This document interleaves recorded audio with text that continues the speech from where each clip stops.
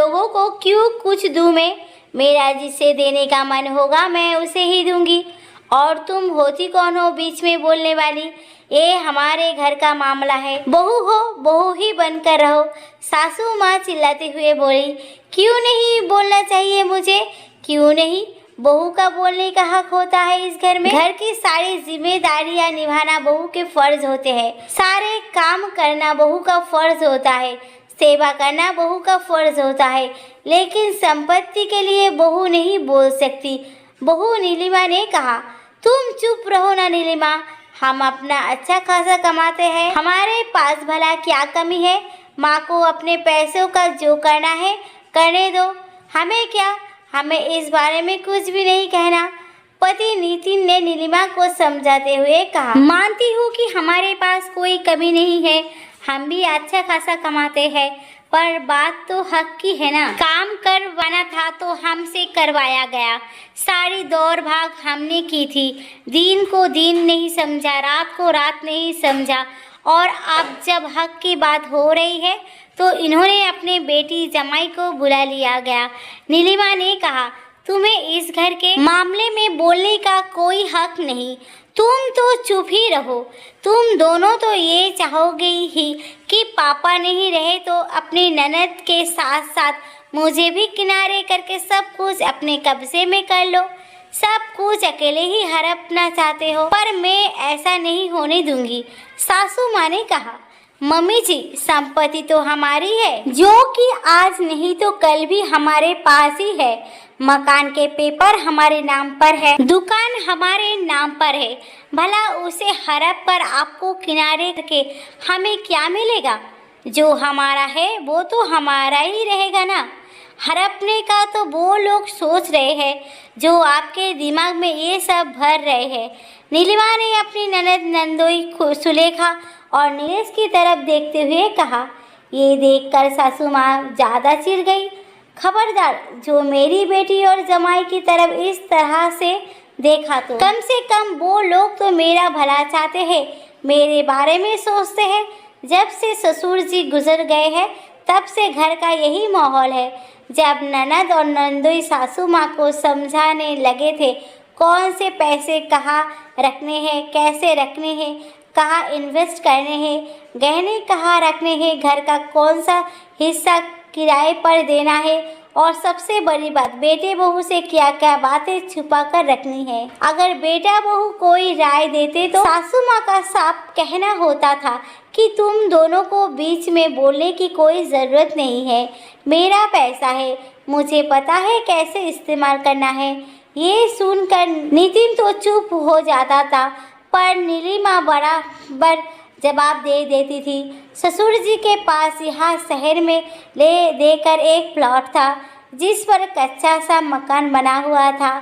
उसी मकान से ननद सुलेखा की शादी हुई थी, लेकिन जब नितिन की नौकरी लगी तो सासू माँ ने जिद पकड़ ली कि उन्हें अब तो कम से कम पक्के मकान में रहना है।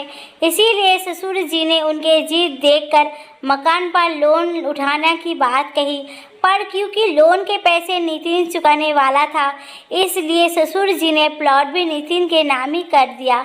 पर इस बार में सासू माँ उसे उन्होंने कुछ भी नहीं कहा। तब से नितिन की सैलरी का कुछ हिस्सा लोन में जाने लगा था। ससुर जी के पास तो किराने की एक दुकान थी जो भी किराए पर ली रखी थी, उसी से वो सालों से अपने परिवार को पाल रहे थे, इसीलिए दुकान से उनका लगाव भी था।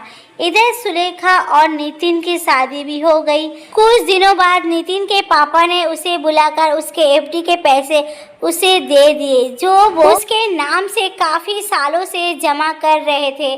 तब नीलिमा और नितिन ने सोचा कि इन पैसों को कहाँ इन्वेस्ट करें, क्यों ना इससे पापा जी की दुकान को ही खरीद लिया जाए।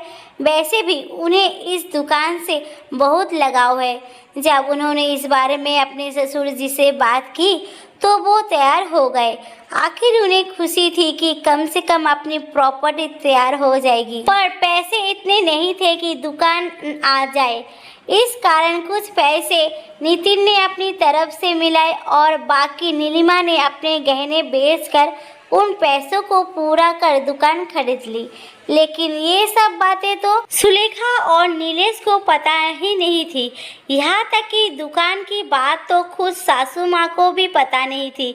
उन्हें तो लगता था उनके पति ने ही दुकान खरीदी है। सासू माँ के पास तो संपत्ति के नाम पर सिर्फ उनके गहने थे, पर क्योंकि घर में उनकी चलती थी, क्योंकि नीलिमा उनकी बात को कभी काटती नहीं थी, तो उन्हें लगता था कि सब कुछ उनके नाम पर है। लेकिन आज तो झगड़ा कुछ ज़्यादा ही बढ़ता नजर आ रहा था। हर बार तो नितिन के कहने पर नीलिमा चुप हो जाती थी, पर आज तो बिल्कुल ही चुप नहीं हो रही थी। आखिर वो भी गलत कहाँ थी। हर काम और सेवा के लिए उसे और उसके पति को याद किया जाता था, जबकि आप संपत्ति संभालने की बारी आई तो बेटी जमाई को बुला लिया गया। ये तो संपत्ति पहले से ही उनके नाम पर थी, नहीं तो सासू माँ तो उन्हें घर से धक्के देकर निकल देती। नीलिमा, तुम चुप हो जाओ और चलो यहाँ से।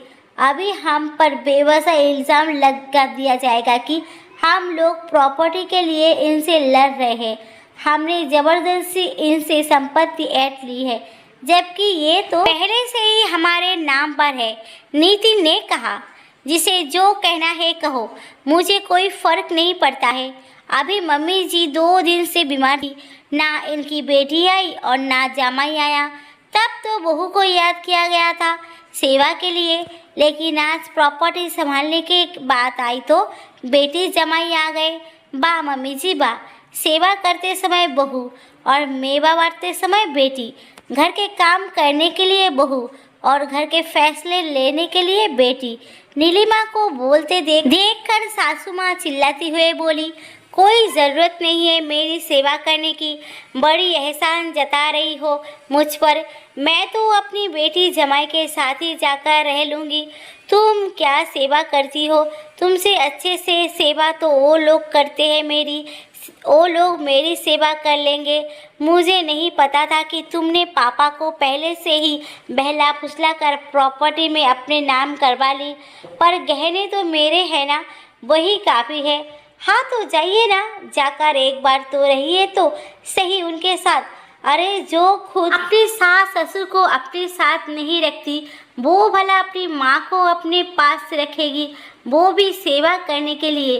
नीलिमा ने कहा, चल बेटा सुलेखा, आज तो सामान पैक कर ही लेती हूँ मैं। मेरा बहुत हो गया इसके ताने सुनते हुए। चल मैं तेरे साथ ही चलती हूँ। आज तो इसको ही खा लेने दे ये संपत्ति।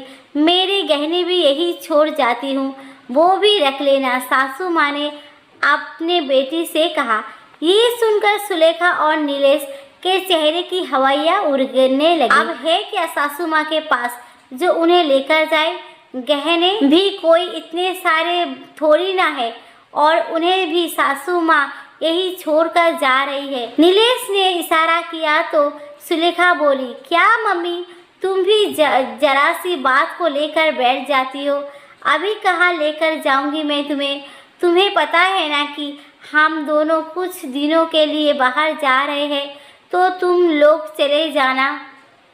मैं अकेली तुम्हारे घर पर रह लूँगी, पर मैं इसके साथ इस घर में नहीं रहूँगी, वरना ये मुझे ताने दे देकर मार डालेगी, सासू माँ ने जिद करते हुए कहा। मम्मी, क्यों मुझे ससुराल में 2 बातें सुनाने का काम कर रही हो? चुपचाप घर में क्यों नहीं रह जाती हो? भला तुम बेटी के घर में अच्छी लगोगी क्या? सुलेखा ने कहा और चुपचाप अपना बैग उठाकर पति नीलेश के साथ वहां से रवाना हो गई। सासू माँ उसे जाते हुए देखते ही रह गई। तब नीलिमा ने कहा, क्यों मम्मी जी, क्या हुआ? जैसे ही आपने कहा कि प्रॉपर्टी इसे ही खा लेने दो, आपकी अपनी बेटी आपका साथ छोड़ गई। नीलिमा की बात सुनकर सासू माँ ने कुछ नहीं कहा। बेटी के व्यवहार से तो पूरी तरह से आहत हो गई थी। ये देखकर नितिन ने भी नीलिमा को इशारा से चुप रहने के लिए ही कहा। नीलिमा तो चुप हो गई, लेकिन सच्चाई अपना सामना तो हो गया। सासू माँ को भी समझ में आ गया कि सेवा तो बेटे बहू ही करेंगे। इतने दिनों से संपत्ति उनके नाम पर होने के बावजूद भी वो लोग कुछ नहीं कर रहे थे। इधर ननद नंदोई को भी समझ में आ गया कि भाई भाभी इस बार झुकने को तैयार नहीं और मम्मी के पास ज़्यादा कुछ है नहीं, इसलिए मम्मी को अपने खिलाफ भड़काने से कोई फ़ायदा नहीं।